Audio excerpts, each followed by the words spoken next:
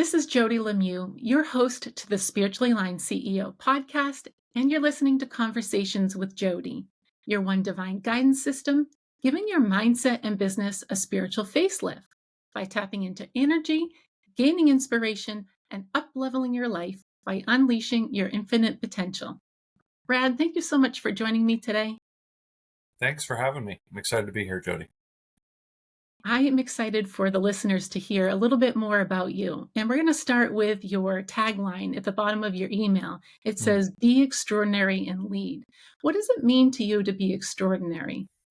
Well, yeah, it's interesting now that I kind of think back and reflect on where that came to be. I've had a mantra in my life called "Do You," so be yourself. Is really where the "be" comes from. Is just to be present, and to be extraordinary is to be the best version of yourself. And the leadership side of things, I look at leadership not as a role, but a set of behaviors. And regardless of where you are in an organization or in your life, you can have a set of behaviors that shows strong leadership in helping you get to where you want to go. And so, some of the qualities of leaders, what Hmm. do extraordinary leader qualities look like? If you're in a business or if you're in a leadership role, what types of qualities do you see? Well, the list is long, but I would share a few. Probably the biggest one is to have some vision and to have some form of belief in not only yourself, but those that you're leading, to help and support them in their journey, to be empathetic, to be resilient, have some sense of integrity. Those would just be a few things that I think of off the top of my head. As you're evolving as Brad, what Hmm. does it look like for you? You kind of talked about integrity. There's Hmm. also the resiliency. Share a little bit about your story as to, these types of qualities that you carry, that you have in your leadership role. What does that look like in life? Well, I don't. It's interesting. I mean, when I think back about my story and all these things that I'm sharing with you today really started coming to the surface uh, in 2017 and beyond. Not to say that they weren't innate qualities or something that um, would have been important, but I really was conscious about my own personal development and life awakening, let's say, um, at that time. And so they have a profound meaning to me now because during that time of my awakening, I was more conscious of what was going around me. And unfortunately, while the beginning of that awakening was very exciting for lots of reasons that we can get into, certainly, but there was also times of extreme struggle. And I think, as I'm sure other guests of yours have shared, our biggest learnings are when we often fall down. And whether we call them failures or setbacks or just life, quite frankly, some of these things were beyond my control. But it's not what happens to us, but how we respond to it. And resiliency is one of those things that I think comes up very often when you're having these types of conversations for that reason. And I just have learned now, in a practical sense, how important those things are as a result. And so you are talking about 2017, and I Mhm. like the way you phrase that, a life awakening, becoming conscious of your thoughts, being conscious of your behaviors. Was there an experience that you were going through that led to your awakening of consciousness? Yeah, I think unconsciously there was lots of things leading up to it. The awakening was me going, aha, like you said, there's something more to this. And I think, like a lot of people, I grew up um, with the dream, I'll put air quotes around that, that was kind of downloaded and shared with me from my parents, society, get married, have some children, have a home, you know, travel a little bit. I'm Canadian, but it's the American dream, right? It's, this is set, this is the path. And then I started questioning, is this really what I want? Now, I don't mean for you to take that, my kids and my wife, and I enjoy my house, but all the other things in terms of my job, was I really pursuing something that was really fulfilling to me? And that was exciting to me in the beginning. And I was really going, okay, now I'm going to go in this direction, and I'm going to pursue this. And after a while, I started to realize there became some overwhelm and some frustration along that journey. And then, as I alluded to earlier, a whole host of other life events took place um, that led me to where I am today and sharing what we're sharing and talking about. And it's really important. I love the way you worded that. The I love the way you worded the phrase, the story we tell ourselves, Mm, because I know for myself and my experience in my life awakening, very similar story to yours, marrying, 3 kids, house, career, adopting what society, what my family had instilled in me, and then doing like a look around, seeing mm, my life and saying very similar questions. Is this what life is all about? And really seeking fulfillment. And mm, very similar laughter comes through for me as well, is because, yes, it's such a blessing to be a mom, to be a wife, to have a career. However, there was some sort of inner calling or inner pull or inner desire, an inner craving for fulfillment. And so, um, if you were to share some more about the phrase, our stories that we tell ourselves, what's the importance of the stories and the quality of our life that mhm. comes through? Well, during this time of excitement and probably some of my best mindset and mental health in the beginning, because there is a darker side to the whole journey. Um, I was having a bike ride with my daughter, and at the time she must have been 4 or 5. And in her infinite wisdom, as we were coming home, she says, "Look, Dad, the house is on the different side of the road." And I said, "Well, why is that?" She said, "Well, that's because we've just changed the direction of what we're looking at." And I thought, wow, what a great example of just perspective. So often as we're going down the road in life, we see something always on the right hand side, and that might not be the best way to look at things. And all we really need to do is turn ourselves around and look at it from the other direction. And now it's on the left. And um, the stories that we tell ourselves really impacts the quality of our lives because it gives our life meaning. And when we apply meaning to the stories, they could be either good or bad. And you and I could have the same story but apply different meaning and have a different outcome as a result. Oh, this is so beautiful, for the sole reason being, um, in my awakening, as at that point in my life in 2020, 2019, 2020, the awareness that language, the stories that we tell ourselves, everyone carries a different meaning behind it. And as at that time, I was a reading specialist for elementary age children. Mm, And teaching children here on the East Coast, I'm here in Massachusetts, right along the water, and they would read stories about sea life and about things that were in their environment, as you said, their perspective. However, if they were to pick up a book about farming and about Midwest living, or maybe living in another world, from their perspective, it was more of a challenge for them to read the words on the page and then have a conversation. So their quality of their learning shifted based on the meaning that they were giving language. And so I love the innocence and the profoundness that your daughter gave you in that moment. Because as you said, children have this innate wisdom within them and they just naturally just share it out. What a beautiful gift that was for you in that moment. well, I'm glad you said gift because I think oftentimes we think that we're going to be teaching our children so much. And I think the irony is that they end up teaching us more than we ever can teach them. And that is the gift, I think, of having children. Yeah.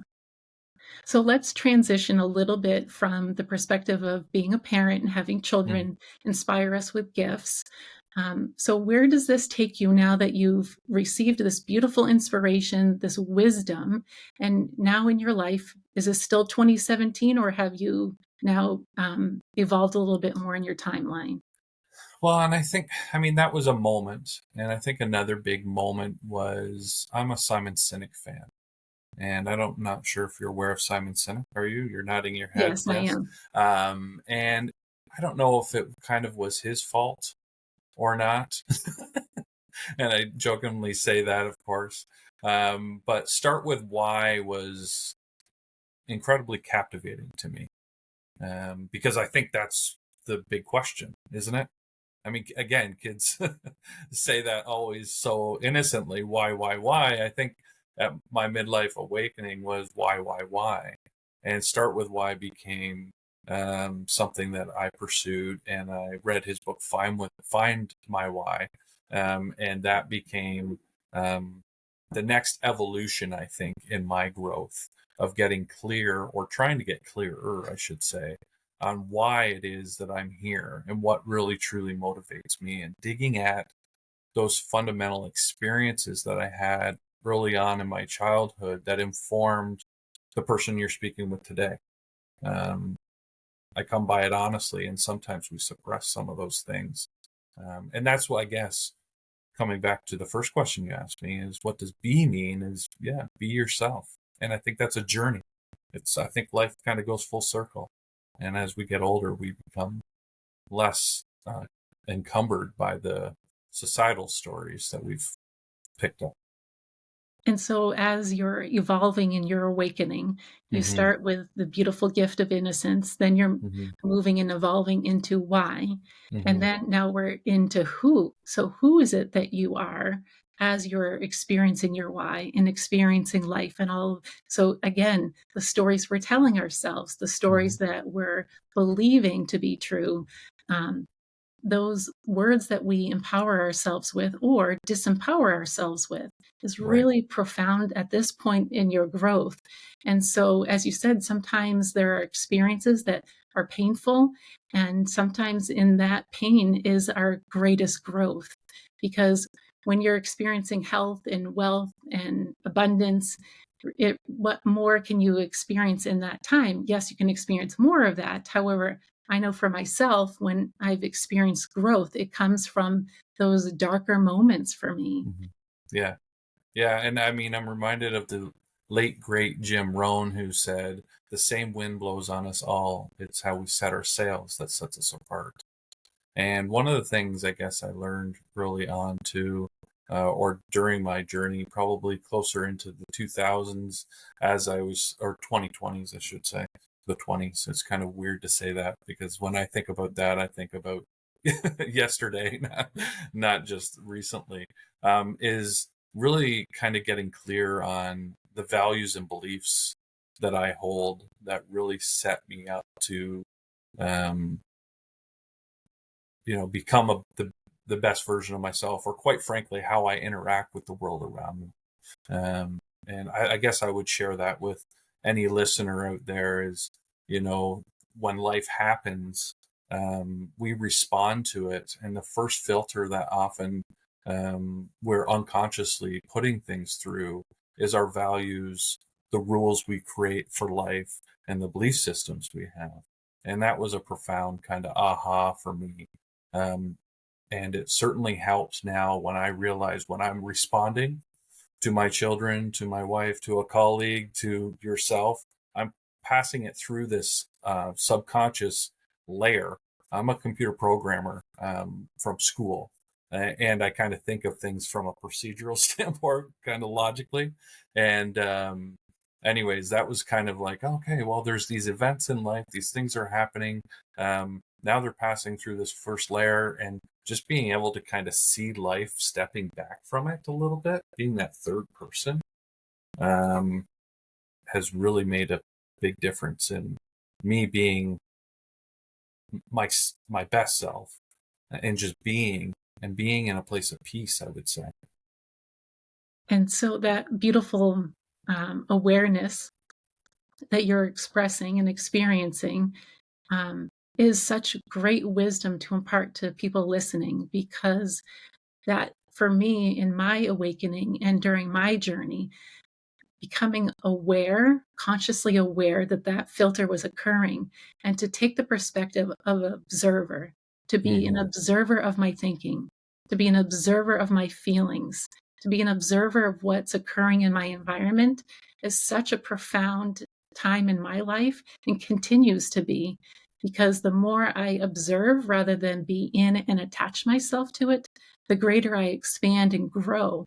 And so this is just an wisdom, and I love your mind and the way the programming, you actually can visualize it, seeing it come in through your conscious down to your subconscious, and then you visually see it coming out in your life.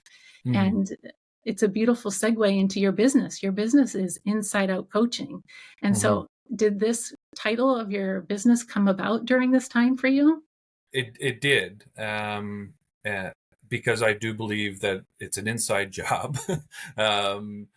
I'm very motivated by intrinsic motivators rather than the extrinsic things that are in life. Not to say that I don't enjoy those things, because I most certainly do. But having a conversation like this is more fulfilling to me than a lot of the other things that might be enjoyable in life, just because it fills me up on an internal level.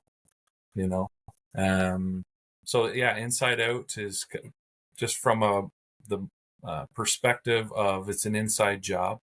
The best solutions come from within. So take the time to understand what's going on inside, and then you can change the world on the outside. Oh, that's so powerful. Take the time to go inside. So what, most people are going to say, how do you do that? What does that look like? So if you would share some of your behaviors, your patterns, your how does that look like to go inside to allow that wisdom to come through, Mm. for growth and expansion? If you could just Yeah, share your personal experience. yeah, I would kind of share some of the things that I've learned from the mentors that I've followed for a long time. Tony Robbins has a shared principle of five to thrive. I believe strongly in that. Self awareness being a big piece of that. I'm a big self awareness person. I didn't realize how important that was. I intellectually I kind of got it, but until I really started to adopt it and live it and really experience it and help others kind of along that journey, and seeing my own children and those around me kind of go through it.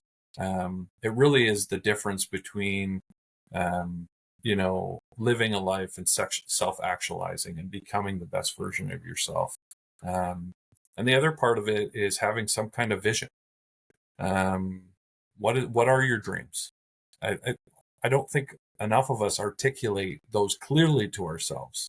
And it's great if you're lying in bed and you're thinking about them, but I really encourage people to write them down.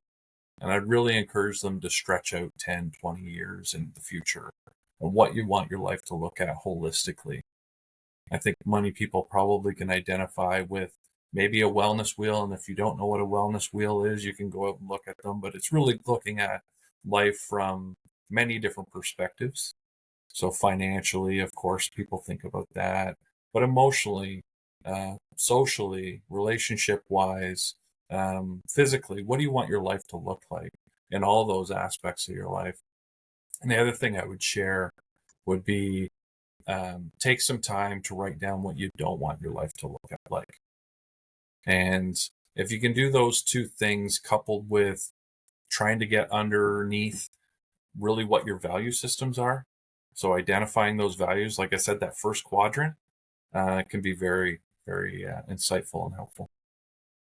And very similar to what you're talking about, knowing what it is that you're dreaming about is really important to um, give yourself time to yourself, to that self awareness, asking yourself these questions that you and I have started to articulate here to the audience. What does your life look like in 10 years? However, the importance is for me, the difference is when I go to write, it's a writing piece. And sometimes I know for myself, I was judgmental of myself in my writings. And it wasn't until I let go of what my writing looked like and really, as you said, get into the feeling behind the language, Mm. that for me was the biggest shift. when I propelled myself from just living life day to day in the story that I believed to be true about marriage, children, career, retirement. That linear type of living really created a life that looked on the, as you said, looked like on the outside appears to be beautiful. On the inside, though, there was this desiring for an abundance of fulfillment within. So when I would encourage others as well, in addition to writing out your story, write it with a feeling. What does it Mm. feel like when you're looking at your partner? What does it feel like when your children are now 10 years older or your business is in 10 years? Really get into the feeling of pride, of joy, of fulfillment. And so bridge that illustration of language into a feeling language. And I know that for me was a catalyst to move myself forward, because I went from being very mechanical in my writing to really story writing. And again, we're bringing up story, the stories that we tell ourselves, creating that imagery will carry you forward. Right. I see Yeah, you I nodding. couldn't agree with that more. And I would add, even going like start adding the meaning to what those feelings are providing you. What is it that this is going to mean for you and your family, or whoever it is that you're on this journey with? That's so beautiful. Well, I appreciate you joining me today for this conversation. How can people reach out to you if they're looking to move from the inside out? Mhm. And I love your title of your business, Inside Out Coaching. How can people reach out to you? Probably the best way would be to go to insideoutcoachingcompany.com. I know it's a long URL. I should have been more thoughtful about that, but you'll get your touch typing in today. Um, but as well as you can reach out to me on LinkedIn. Brad Way, I am in Canada, so there's probably a few of us out there, but probably only one in Napanee, Ontario. And so, yeah, they can certainly reach out to me that way. Thank you, Brad, for joining me today. What last piece of advice would you like to leave the listeners with? I have a couple, Jody, but I would say there's three things. I would encourage everybody to play from their heart. And I would remind them that they are the master programmer. They get to change the rules, they get to observe those feelings and apply that meaning. And lastly, I would encourage them to move at the pace of peace.